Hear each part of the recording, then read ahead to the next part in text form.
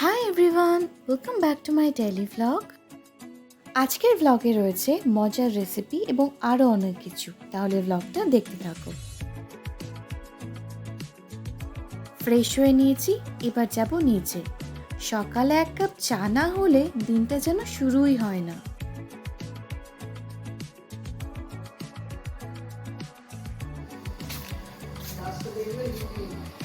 এই যে আমাদের টাকিলা ঘুমাচ্ছে। বেচারার শরীরটা খুবই অসুস্থ, কোনো কিছুই খাচ্ছে না, জানি না কি হয়েছে।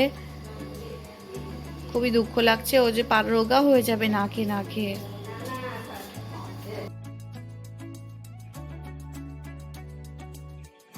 আমি ঠিক করেছি এভরি মান্থ ইজহানের জন্য ফটোশ্যুট করব।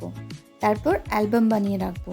তো এবারের জন্য আমি নতুন কিছু ভেবেছি, তাই নিচে এলাম কালারিং আর্ট পেপার নিতে। আর্ট পেপার আমার কাছে অনেকগুলো আছে, এখানে বেশি আছে। এটা হচ্ছে এই অবস্থা। এটা আগে আমি কত সুন্দর করে সাজিয়ে রাখতাম, এখন এত বাজে অবস্থা। যাকে এর মধ্যে আমার সব পেপারসগুলো আছে, তো এগুলো দিয়ে আমি একটা বানাবো কিছু, তো দেখছি।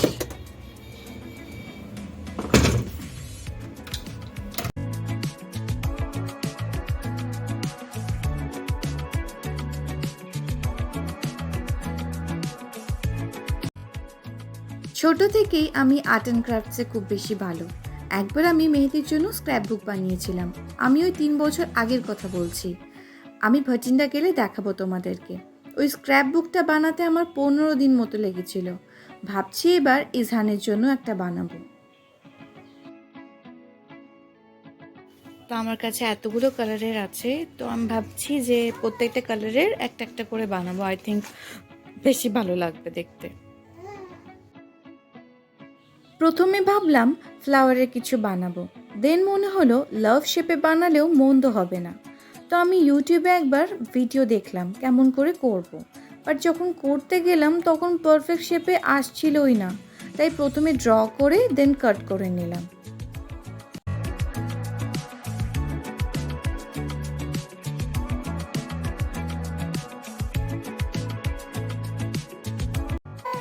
তো আমি এতগুলো বানিয়ে নিয়েছি, বুঝতে পারছি না আর লাগবে কি। আমার মনে হয় না আর লাগবে, যেহেতু অনেকটাই বানিয়েছি আমি। তো দেখা যাক। তো মিশবা চলে এসছে মেকআপ করে, কারণ মিশবা যাচ্ছে আজকে সরস্বতী পুজোতে স্কুলে। কেমন মেকআপ করি একটু জুম করি, বোঝা যাচ্ছে না তো ভালো করে। আচ্ছা,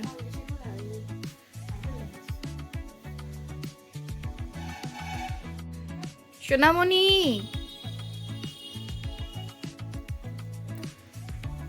ইয়েলো বিউটি। ইজহানের যেহেতু 2 মান্থস হয়েছে, তাই ওইগুলো দিয়ে 2 লিখে নিলাম। ফটোশ্যুটের কোনো রকম ফটো আর ভিডিও আমি শেয়ার করতে পারলাম না তোমাদের সাথে, যেহেতু ও অনেক ছোট, তাই ওকে আমি ভিডিওতে দেখাতে এখন চাই না। তো তোমরা আমাকে অনেকেই বলেছো যে আমার বড়মার হাতের রান্না নাকি তোমাদের অনেক বেশি ভালো লাগে দেখতে। তো আজকে তাই সেজন্য আজকে বড়মা একটা স্পেশাল রেসিপি বানাচ্ছে, সেটা হচ্ছে কড়াইশুঁটির কচুরি আর কাশ্মীরি আলুর দম। তো সেটা আমি তোমাদের সাথে শেয়ার করবো। চলো নিচে যাওয়া যাক। আজকে আমাদের বাড়িতে বানানো হচ্ছে মটরশুঁটির কচুরি। কি বড় মা, আজকে কি বানাচ্ছ তুমি? মটরশুঁটির কচুরি। তার জন্য তুমি এখানে ও এবার তুমি এই মটরশুঁটিটা দিয়ে দেবে। পেস্ট বানিয়েছে, শুধু মটরশুঁটির পেস্ট রয়েছে এটাতে? কাঁচা লঙ্কা আর আদা। ও, কাঁচা লঙ্কা, আদা আর মটরশুঁটি।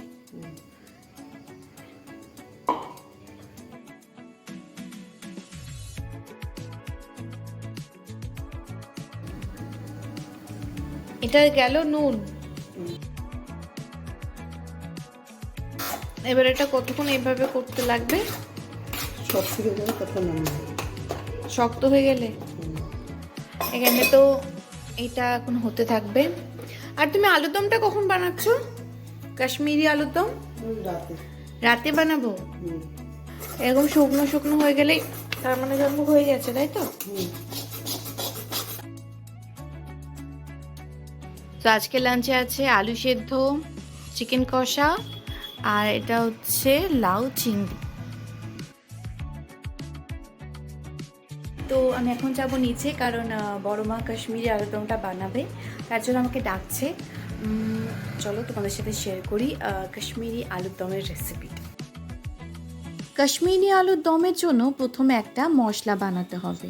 তার জন্য গোটা জিরে, গোটা ধনে, মৌরি, গোলমরিচ, দারচিনি, এলাচ, লবঙ্গ হালকা করে ভেজে নিয়ে গুঁড়ো করে নিয়েছি। এবার একটা ব্যাটার বানিয়ে নেব। তার জন্য লাগবে টক দই, বানিয়ে রাখা ভাজা মশলা আর কাশ্মীরি লঙ্কার গুঁড়ো। আর এদিকে রয়েছে সেদ্ধ করে ভেজে রাখা আলুগুলো। সর্ষের তেল বেশ অনেকটাই দিয়েছে। এবার একটু হিং দিয়েছে, ছোট চামচের 1 চামচ, ছোট চামচের 1 চামচ মতো হিং দিয়েছে। এবার দিয়ে দেওয়া হবে এই ব্যাটারটা। গ্যাসটা কিন্তু লো ফ্লেমে আছে যখন আমরা এই ব্যাটারটা দিয়েছি।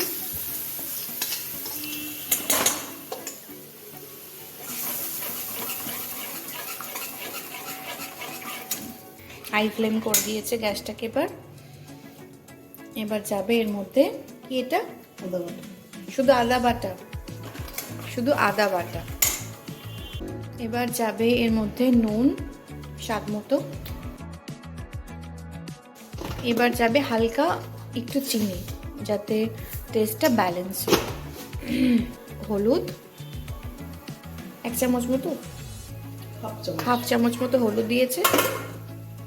আর কিছু দিতে লাগবে না, আর কিছু দিতে লাগবে না।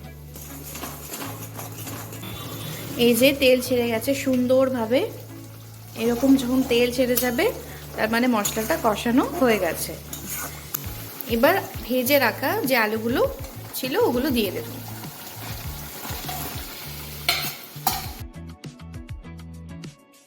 এবার একটু জল দিয়ে দেবে। কাশ্মীর আলুর দম হয়ে গেছে। এবার এর মধ্যে একটু ঘি দিয়ে দেবে। আমি একটু নিয়ে নিয়েছি টেস্ট করব বলে।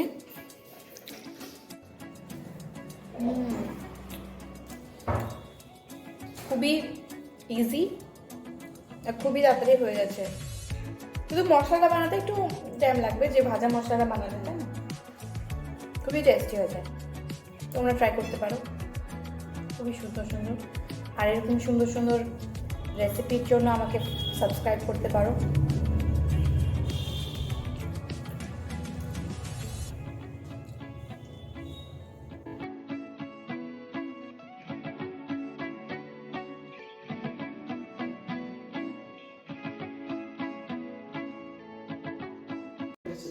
এখানে তেল গরম হয়ে গেছে, আর এদিকে বড় মা লুচি বেলছে, আর এখানে খাচ্ছে বড়াপ্পা।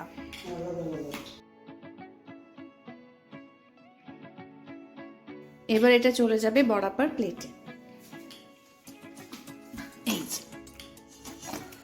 এই যে আমার প্লেটে চলে এসছে আলুর দম আর কড়াইশুঁটির কচুরি। ভিতরটা দেখো।